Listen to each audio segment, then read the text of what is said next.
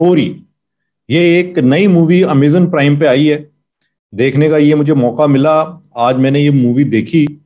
और इस मूवी के मैं बारे में आपको बताऊं, एक मराठी मूवी है जो 2017 में आई थी, लपा छप्पी नाम की। तो ये उस मूवी का रीमेक है। और ये मूवी बस मैंने ऐसी स्टार्ट कर दी। ये एक हॉरर मूवी निकली और बढ़िया हॉरर मूवी थी ये एक सीरियस सोशल हॉरर थ्रिलर हम इसको बोल सकते हैं इस मूवी को। और मूवी की स्टोरी, थोड़ा सा मैं आपको प्लॉट थोड़ा सा इसका क्लियर करूं तो ये एक ऐसे कपल की कहानी है जो शहर में कुछ फाइनेंशियल प्रॉब्लम की वजह से इनको शहर छोड़ना पड़ता है।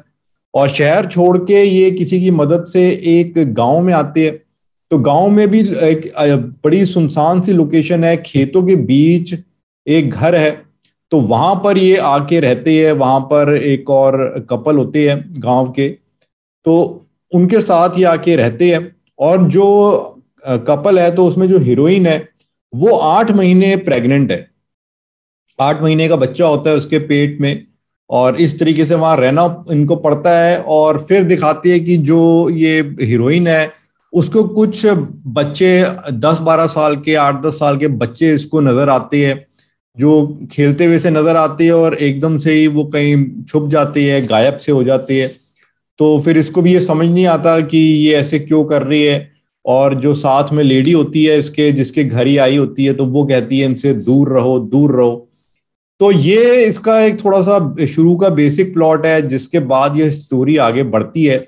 और जैसे जैसे ये स्टोरी आगे बढ़ती है और आप एंड तक आती है, तो आपको पता चलता है ये एक जो इनका खानदान ही है वहां पर, जो जिस घर में ये रहती है, तो उसी की एक ये स्टोरी है। जिसमें ऑफ कोर्स ये क्योंकि हॉरर मूवी है तो भूत प्रेत का चक्कर भी होगा, भूत प्रेत भी है।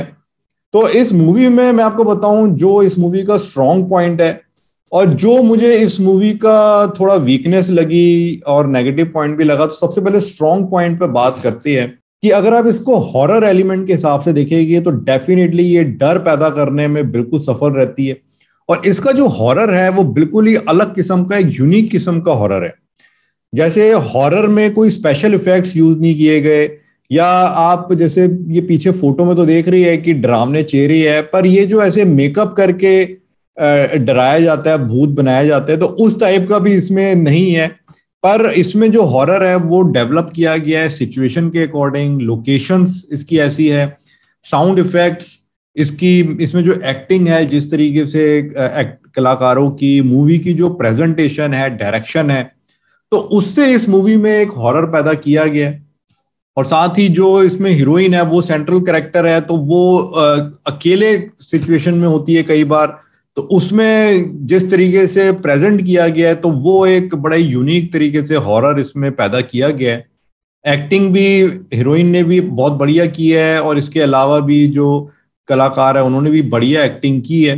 तो ये इसका एक स्ट्रॉन्ग पॉइंट है कि अगर आप एक अलग किस्म की हॉरर मूवी देखना चाहते हैं जो आपको डराए, एक थ्रिल पैदा करे, तो उसमें ये बिल्कुल सफल रहती है।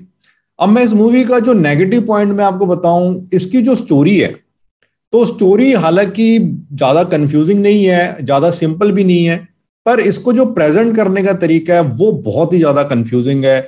बिल्कुल एक स्टोरी को ऐसे उलझा के दिखाया गया है, लगता है कि एक जलेबी भी जो है, तो जलेबी भी इसके सामने सिंपल नजर आएगी, इतनी ज्यादा स्टोरी को कॉम्प्लेक्स कर दिया गया है।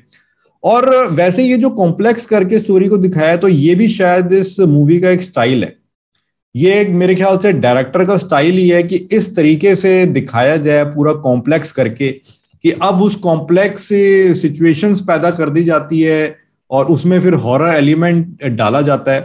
तो ये इस मूवी का मैं नेगेटिव पॉइंट भी कहूंगा, पर साथ ही हो सकता है कि यही जो इसकी स्टोरी में कॉम्प्लेक्सिटी पैदा की है अननेसेसरली, तो वही हो सकता है लोगों को पसंद भी आए। तो उससे एक सस्पेंस सा पैदा होता है कि अब क्या होगा, किस तरीके से होगा। तो वो इस कुछ लोगों को बहुत ये पसंद भी आ सकता है, और कुछ लोगों को इससे इसकी स्टोरी समझने में सर में दर्द भी हो सकता है। तो ये इसका नेगेटिव पॉइंट भी मैं कहूंगा, और यही इसका पॉजिटिव पॉइंट भी है। तो ये जो मूवी है ये कुछ ऐसी है कि जिन लोगों को पसंद आएगी तो उनको तो बहुत ज्यादा पसंद आएगी। उनको लगेगा ये तो one of the best horror movies है, और may be best horror movie है, और वो तो इसको एक मास्टरपीस भी कहेंगे, और कहेंगे 5 में से 5 रेटिंग्स इसको कहेंगे। और मैं कह रहा हूँ वो भी अपनी जगह सही है। तो ये हर जैसे जो इंडिविजुअल है तो उसके हिसाब से सबकी अपनी अपनी राय हो सकती है। पर कई लोग हो गए कि उनको ये मूवी पसंद नहीं आएगी, उनको मूवी देख के सर में दर्द भी हो जाएगा, क्योंकि मूवी को समझने में ही उनको दिक्कत होगी कि कब हो रहा है, क्या चीज हो रही है, क्यों हो रही है, और पूरी मूवी भी हो जाएगी और उनको ढंग से शायद समझ ही ना आए। तो ये भी हो सकता है, तो वो उन लोगों को ये पसंद नहीं आएगी और वो कहेंगे इस मूवी को तो 1.5 स्टार ही हम देंगे या 2 स्टार देंगे। तो वो लोग भी अपनी जगह सही है। तो मैं इस मूवी को थोड़ा मीडियम में रह के इसकी रेटिंग दूंगा, और मेरे अकॉर्डिंग इस मूवी को मैं 3.5 की रेटिंग दूंगा आउट ऑफ 5।